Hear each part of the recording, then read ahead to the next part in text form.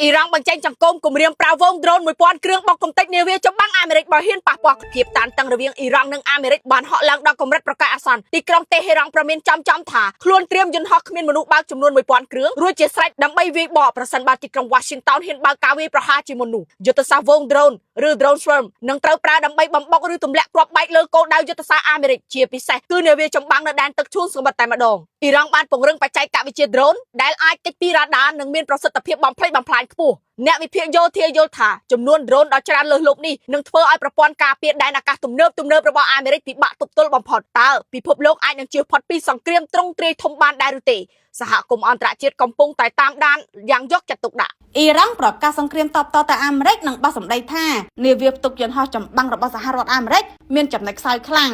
អ៊ីរ៉ង់នៅថ្ងៃទី29ខែមករាបានប្រកាសថាខ្លួននឹងវាយប្រហារតបតវិញភ្លាមទៅលើមូលដ្ឋានយោធានិងនាវាផ្ទុកយន្តហោះរបស់សហរដ្ឋអាមេរិកប្រសិនបើអាមេរិកវាយប្រហារមកលើអ៊ីរ៉ង់បន្ទាប់ពីប្រធានាធិបតីអាមេរិកលោកដូណាល់ត្រាំបានប្រមានថាពេលវេលាសម្រាប់អ៊ីរ៉ង់ជិតអស់ហើយសម្រាប់ការចរចាកិច្ចព្រមព្រៀងនុយក្លេអ៊ែរហើយក្នុងនោះសហភាពអឺរ៉ុបក៏បានដាក់កងការពារបដិវត្តអ៊ីរ៉ង់ក្នុងបញ្ជីខ្មៅជាក្រុមភេរវកម្មផងដែរអ្នកនាំពាក្យកងទ័ពអ៊ីរ៉ង់លោកម៉ាហាម៉ាត់អាក្រាម៉ានីយ៉ាបាននិយាយទៅកាន់សហរដ្ឋអាមេរិកថានាវាផ្ទុកយន្តហោះចម្បាំងដែលអាមេរិកបានដាក់ពង្រាយនៅជើងសមុទ្រនោះមានចំណុចខ្សោយខ្លាំងខណៈមីស៊ីលរយៈចម្ងាយមធ្យមរបស់អ៊ីរ៉ង់អាចវាយប្រហារដល់មូលដ្ឋានកងទ័ពអាមេរិកជាច្រើននៅជើងសមុទ្រនេះបើយោងតាមសារព័ត៌មាន NTV ចុះផ្សាយលោកមូហាម៉ាត់អះអាងថាអ៊ីរ៉ង់នឹងធ្វើការតបតវិញដោយមិនបានកំណត់ពេលវេលាទេចំពោះសកម្មភាពណាមួយរបស់សហរដ្ឋអាមេរិកមកលើអ៊ីរ៉ង់ដោយប្រដូចទៅនឹងព្រឹត្តិការណ៍ដែលបានកើតឡើងនៅក្នុងខែមិថុនាឆ្នាំ2025នៅពេលដែលយន្តហោះនិងមីស៊ីលរបស់អាមេរិកបានចូលរួមក្នុងសង្គ្រាមផ្លូវអាកាសរយៈពេលខ្លី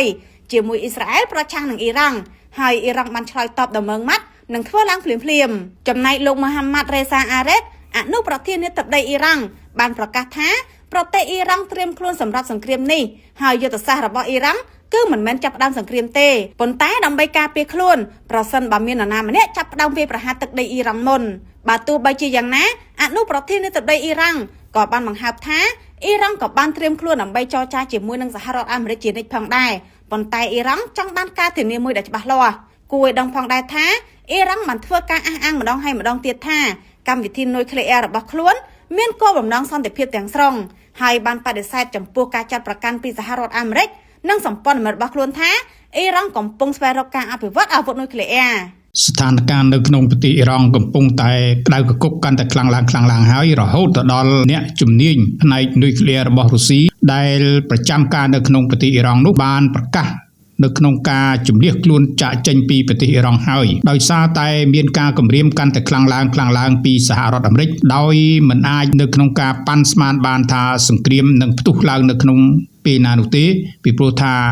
យោងទៅតាមការលើកឡើងរបស់អ៊ីរ៉ង់នេះហាក់ដូចជាមិនសូវជាចុះញោមជាមួយនឹងសហរដ្ឋអាមេរិកនោះទេដោយសារតែមើលឃើញអំពីស្ថានភាពកាន់តែមិនស្រួលនៅក្នុងតំបន់មជ្ឈិមបូព៌ារុស្ស៊ីកំពុងតែរៀបចំជំនះអ្នកជំនាញការរបស់ខ្លួនចាក់ចេញពីរោងចក្រនុយក្លេអ៊ែររបស់អ៊ីរ៉ង់ឲ្យមកកាន់ប្រទេសរបស់ខ្លួនវិញហើយពីព្រោះបារម្ភថាប្រសិនបើមានការវាយប្រហារតាមអាកាសទ្រង់ទ្រាយធំជីវិតអ្នកជំនាញការផ្នែកបរិមាណូរបស់ខ្លួន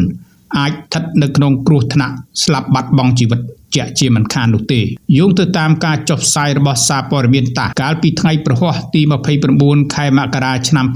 2026ក្រុមរដ្ឋរ៉ូសាតុម Nuclear Corporation នឹងធ្វើការជាមួយនឹងក្រសួងការបរទេសនិងក្រសួងការពារជាតិរុស្ស៊ីដើម្បីជំនះអ្នកជំនាញការរបស់ខ្លួនដាក់ចេញពីរោងចក្រនុយក្លេអ៊ែររបស់អ៊ីរ៉ង់នៅក្នុងប៊ូសែប្រសិនបើស្ថានភាពកាន់តែអាក្រក់ទៅខ្លាំងឡើងដែលគេពិបាកនៅក្នុងការគ្រោងទុកជាមុនព្រោះថាការវាយប្រហាររបស់សហរដ្ឋអាមេរិក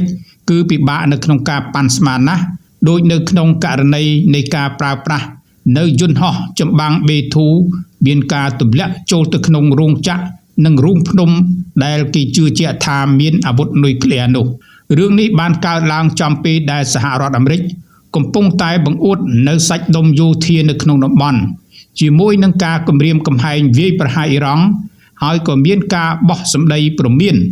និងសង្គ្រឹះថ្មិញដាក់គ្នាទៅវិញទៅមកផងដែរដែលធ្វើឲ្យគេសន្និដ្ឋានថាមិនយូរនោះទេ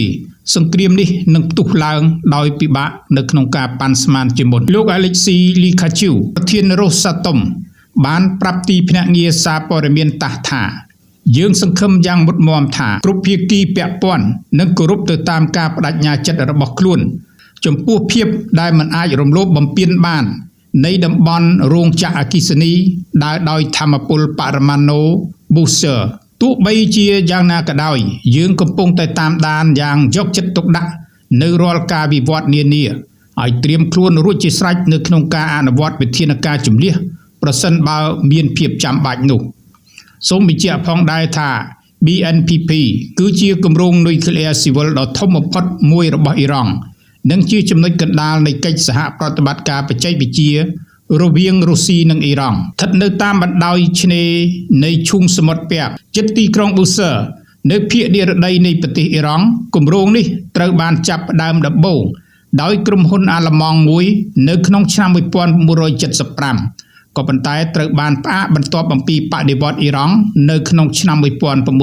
1979ហើយមកនៅក្នុងឆ្នាំ1995រុស្ស៊ីក៏បានចូលមកបន្តគម្រោងនេះរហូតដល់បញ្ចប់នឹងការដាក់ឲ្យដំណើរការជាផ្លូវការកាលពីឆ្នាំ2011អ៊ីរ៉ង់តែងតែអះអាងថារោងចក្រនេះមានគោលបំណងនៅក្នុងការផលិតអគ្គិសនីសម្រាប់សេចក្តីត្រូវការនៅក្នុងស្រុកតែប៉ុណ្ណោះ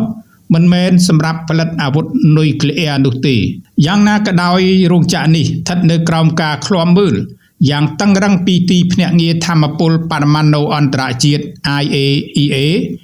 ឥន្ធនៈអ៊ុយរ៉ានីយ៉ូមត្រូវបានផ្ដល់ទៅដោយរុស្ស៊ីហើយកាកសំណល់នុយក្លេអ៊ែរក៏ត្រូវបានបញ្ជូនត្រឡប់ទៅរុស្ស៊ីវិញនោះដែរ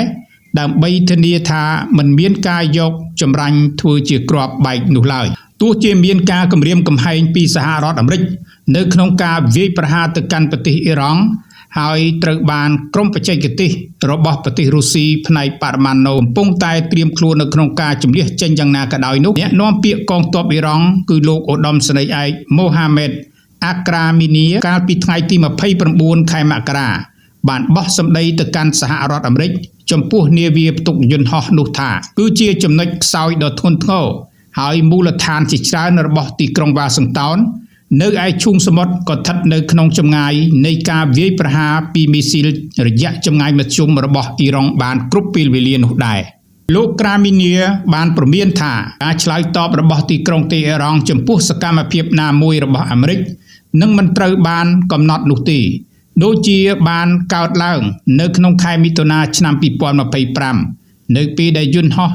និងមីស៊ីលអាមេរិកបានហោះចូលទៅក្នុងសង្គ្រាមផ្លូវអាកាសក្នុងរយៈពេលដ៏ខ្លីជាមួយនឹងអ៊ីស្រាអែលប្រឆាំងទៅនឹងអ៊ីរ៉ង់ប៉ុន្តែវាគឺជាការឆ្លើយតបដ៏ម៉ឺងម៉ាត់ដែលធ្វើឡើងភ្លាមៗនោះឯងអ្នកនាំពាក្យនៃកងទ័ពរូបនេះថែមទាំងបានប្រកាសថានាំពាក្យកងទ័ពរូបនេះថែមទាំងបានប្រកាសនៅលើបណ្ដាញសង្គម X ថាប្រសិនបើជនជាតិអាមេរិកកាំងធ្វើការគណនាខុសបែបនេះប្រកាសណាស់ថាអ្វីៗនឹងមានដំណើរការដោយដែលប្រធានាធិបតីអាមេរិកលោក Donald Trump សម័យចង់បាននៅក្នុងការធ្វើការវាយប្រហារភ្លាមៗនោះទេអនុប្រធានាធិបតីអ៊ីរ៉ង់លោក Mohammad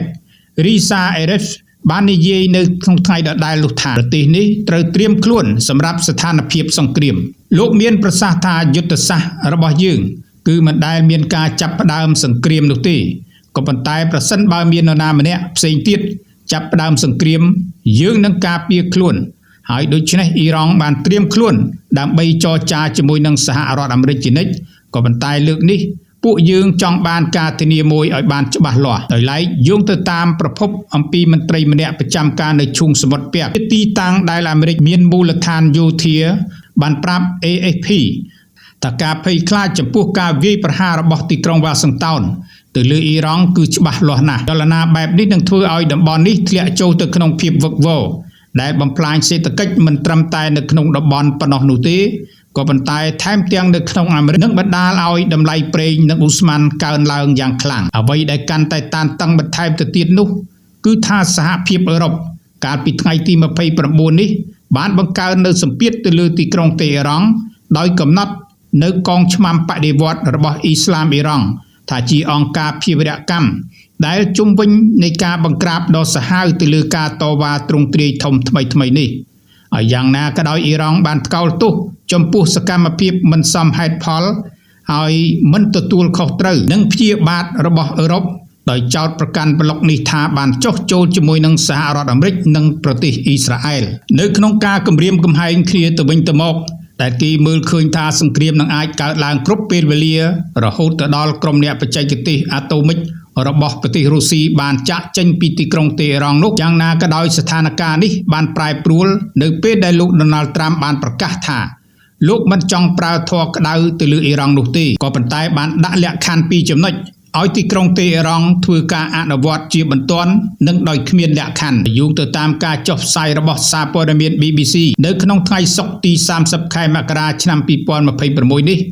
លោក Donald Trump បានបញ្ជាក់ថាបើអ៊ីរ៉ង់មិនចង់ឲ្យអាមេរិកធ្វើសកម្មភាពយោធាទីនោះអ៊ីរ៉ង់ត្រូវតែបំពេញទៅតាមលក្ខខណ្ឌចំនួន2ចំណុចគឺទី1ត្រូវបោះបង់ចោលនុយក្លេអ៊ែរនិងទី2ត្រូវឈប់សម្លាប់ក្រុមបាតកោដែលមានការទាមទារសិទ្ធិរបស់ពួកគេនោះទន្ទឹមនឹងគ្នានោះដែរប្រធានាធិបតីអាមេរិកបានគម្រាមថាយើងនឹងមាននាវាធំនិងពោពេញទៅដោយអានុភាពយ៉ាងខ្លាំងក្លាជាច្រើនគ្រឿងកំពុងតែធ្វើដំណើរឆ្ពោះទៅកាន់ប្រទេសអ៊ីរ៉ង់នៅក្នុងពេលឥឡូវនេះហើយវាគឺជារឿងដ៏ល្អណាស់បើយើងមិនចាំបាច់ប្រើប្រាស់កម្លាំងកងទ័ពនៅក្នុងការវាយសង្គ្រប់ទៅកាន់ប្រទេសអ៊ីរ៉ង់នោះទេការគម្រាមកំហែងដែលបានកើតឡើងត្រឹមតែមួយថ្ងៃប៉ុណ្ណោះបន្ទាប់អំពីមេដឹកនាំនៃសេតវិមានវ័យ79ឆ្នាំរូបនេះបានប្រមានខ្លាំងថាអ៊ីរ៉ង់ជិតអស់ពេលហើយនៅក្នុងការចរចាទៅលើកម្មវិធីអាវុធនុយក្លេអ៊ែររបស់ខ្លួននោះតាមរយៈនៃសារបង្ហោះទៅលើបណ្ដាញសង្គម True Social កាលពីថ្ងៃពុធទី28ខែមករាឆ្នាំ2026ប្រមុខសេតវិមានបានសរសេរថាក្រុមនាវាចម្បាំងអាមេរិកដែលលោកបានបញ្ជាឲ្យទៅកាន់តំបន់មជ្ឈិមបូព៌ាដឹកនាំទៅដោយនាវាផ្ទុកយន្តហោះ USS Abraham Lincoln គឺត្រៀមខ្លួនរួចជាស្រេចហើយដែលមានឆន្ទៈនឹងអាចបំពេញបេសកកម្មរបស់ខ្លួនបានយ៉ាងឆាប់រហ័សទាំងមានល្បឿននិងកម្លាំងប្រសិនបើមានភាពចាំបាច់នោះលោក Donald Trump បានសរសេរថាសង្ឃឹមថាអ៊ីរ៉ង់នឹងប្រញាប់មកកាន់តុចរចាហើយនិយាយគ្នាអំពីកិច្ចព្រមព្រៀងមួយដែលមិនត្រឹមតែត្រឹមត្រូវនឹងយុត្តិធម៌គឺមិនមានអាវុធនុយក្លេអ៊ែរដែលជាកិច្ចព្រមព្រៀងដ៏ល្អសម្រាប់គ្រប់ភាគីហើយសម្ដៅទៅលើការវាយប្រហាររបស់សហរដ្ឋអាមេរិកទៅលើទីតាំងនុយក្លេអ៊ែរកាលពីខែមិថុនាឆ្នាំមុនប្រធានាធិបតីអាមេរិកបានគម្រាមថាការវាយប្រហារលើកក្រោយនឹងកាន់តែធ្ងន់ជាងនេះទៅទៀតកុំបណ្ដោយឲ្យរឿងនេះកើតឡើងជាថ្មីឲ្យសោះ